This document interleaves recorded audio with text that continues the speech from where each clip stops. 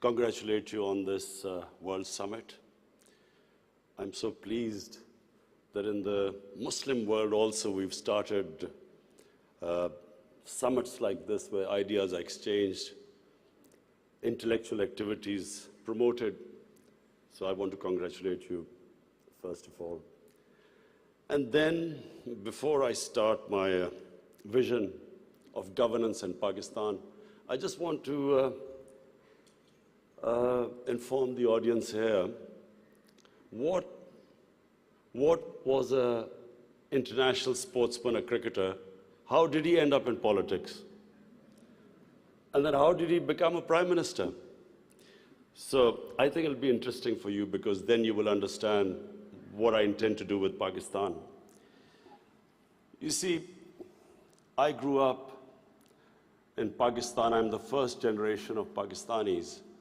When Pakistan in the 60s was considered the fastest growing country in Asia. It was actually a model of development for the developing world. I just met Sheikh Mohammed today, and he again reminded me that Emirates Airline was helped by Pakistan Airlines in the 70s. So Pakistan was a country with optimism, hope. We grew rapidly. We had excellent governance system. Our bureaucracy was one of the best in Asia. And that's the Pakistan I grew up in. So then I played international cricket. When I started my international cricket, Pakistan was one of the weakest teams in world cricket. And we were emerging from colonialism. So we took great pride as our team became stronger and it competed. And by the time I left cricket, Pakistan was world champions. So I took pride, like my countrymen, as we competed internationally and we grew in confidence. But unfortunately, our country could not keep up that pace.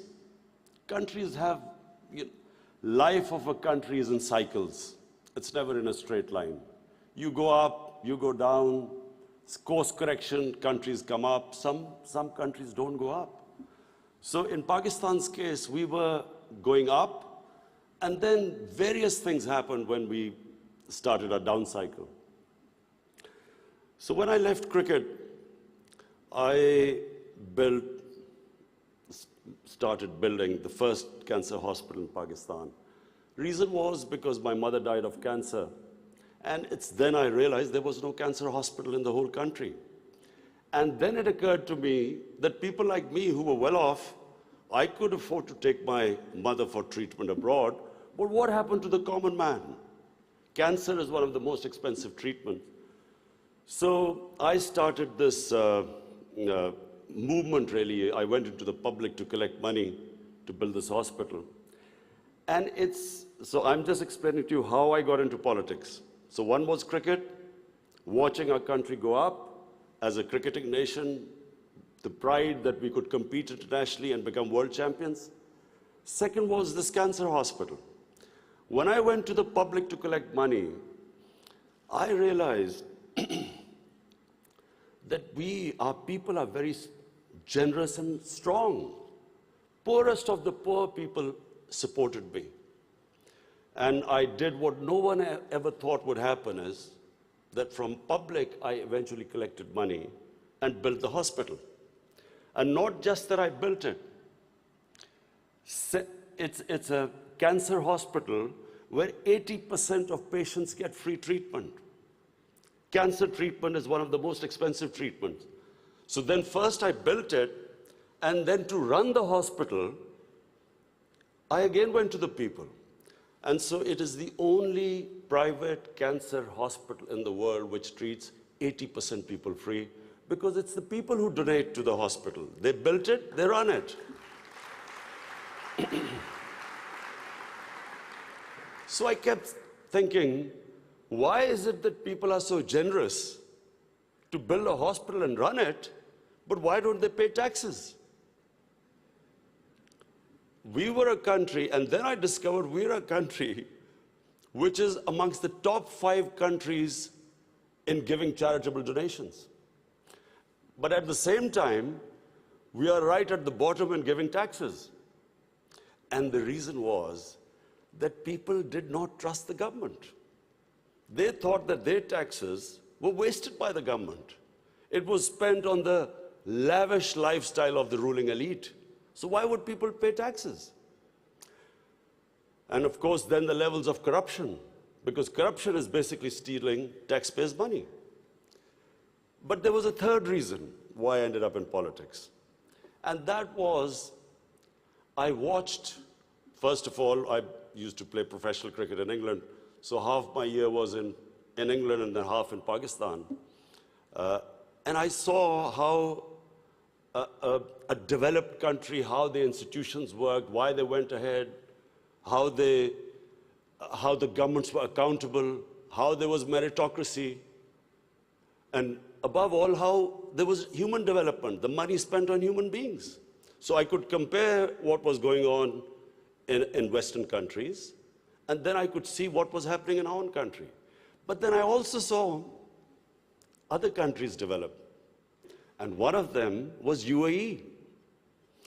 I used to play cricket in UAE from 1980 onwards, and I saw UAE kept developing. And then afterwards, we saw China develop. So the common thing in all countries that have gone ahead is governance. And governance has two aspects. One is a government has to be accountable. The more accountable a government, the more clean a government, the more successful it is. And secondly, again I repeat, is meritocracy. The better the system of getting the best talent to the top, the better the country. Let me just give you a sporting example. Australia is the most successful cricketing country in cricket history of over 200 years, because Australia has the best system of bringing its talent up. Pakistan, in my opinion, and I'm not prejudiced, I understand cricket better than probably everyone in this hall. Pakistan has the greatest talent. Of all the countries I've played, I've never seen as much talent as in Pakistan. But we do not have a system of bringing that talent up. So what's the point of having great talent if you do not have a system of meritocracy which brings the talent up? And that's in every field. In the 60s, the reason Pakistan went up, because our civil service exam was the toughest. It was the most, all the young people wanted to go into Pakistan's civil service. It was the toughest exam. We had the best talent that came up. And in 60s, the reason we progressed, one of the main reasons, was a civil service of very high quality. And gradually, as our system of merit went down, so did the country.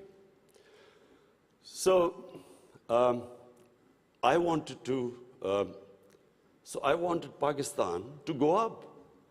And as I said, I saw UAE going up. Dubai, each year you came, it changed. It got better and better. And similarly, and of course the greatest example is China. For me, the thing about China, which is just remarkable, no nation in the history of mankind has done what China has achieved.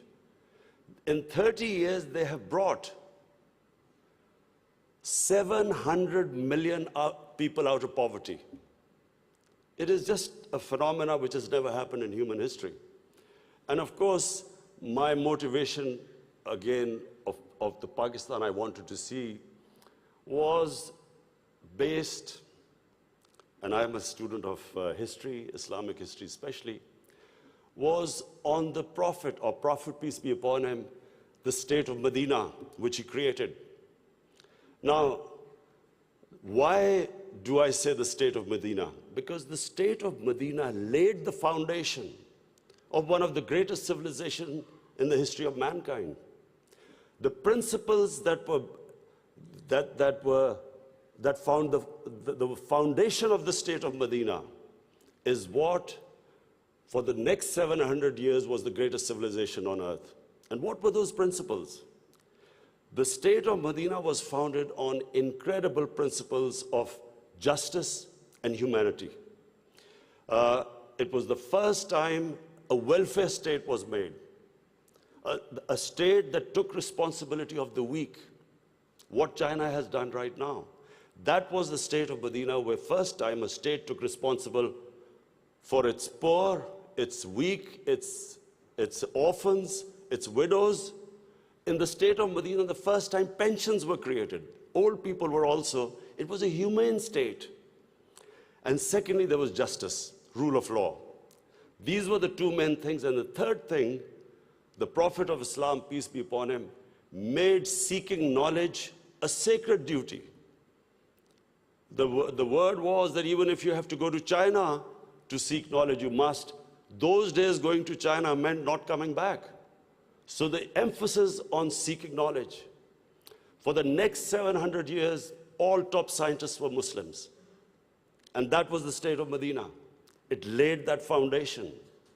And then the way minorities, other religious people were treated. The Prophet signed famous, the Misak-e-Medina. There's still a letter in St. Catherine's Church which was signed with the Christians, that your places of worship will be, till the end of time, they will be protected by Muslims. Secondly, that no forcible conversions would be in Islam. Thirdly, the Prophet's last sermon, it is a charter of human rights. It's about how human beings are equal. So it was a humane state created, rule of law, emphasis on education, that led to the growth of Muslim civilization. So this is, in Pakistan, we want the same basis of our state. The rise of what I believe, the way our country will rise, it will go back to those principles. We must, number one, have rule of law, everyone equal before the law. State must be accountable. We must have a welfare state where the state must take responsibility of its poor people. Half our population is on the poverty line or just above, and about 25% are below the poverty line. The state must take responsibility. All policies of the state must be, like in China, how do we lift the people from the bottom? And the most important thing is that we must, in Pakistan, start a reform program. Reforms are painful, but it is essential if we have to get out of our current problems. So, first of all, I joined politics in '96. From '96 to 2013, there was a very small party. Most of the time, it was one step up and 3 steps down. The first election I contested, we were wiped out. Second election, 5 years later contested, we had only 1 seat. Third election, we boycotted, and most of the time people made fun of me, thought we would never make it, because I'm an outsider. I wasn't from the political class. But one big lesson from sports which I learned, you only lose when you give up. So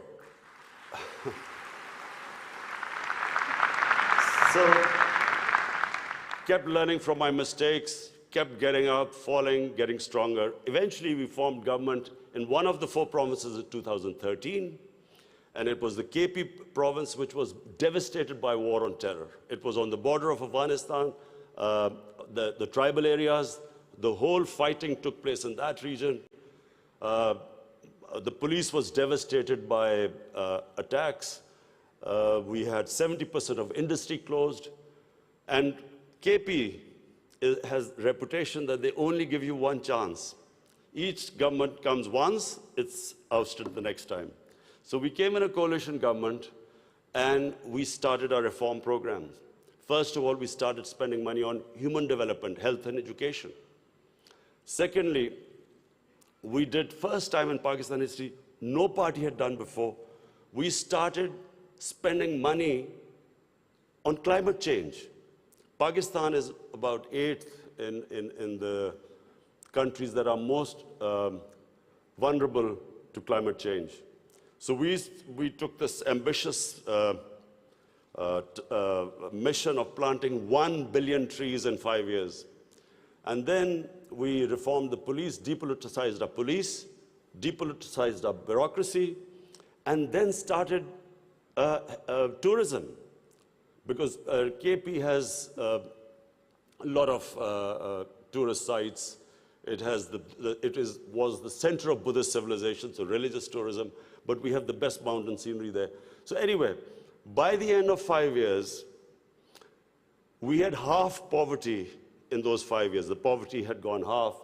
And a province which never gave you a second chance, we came back with 2/3 majority in 2018.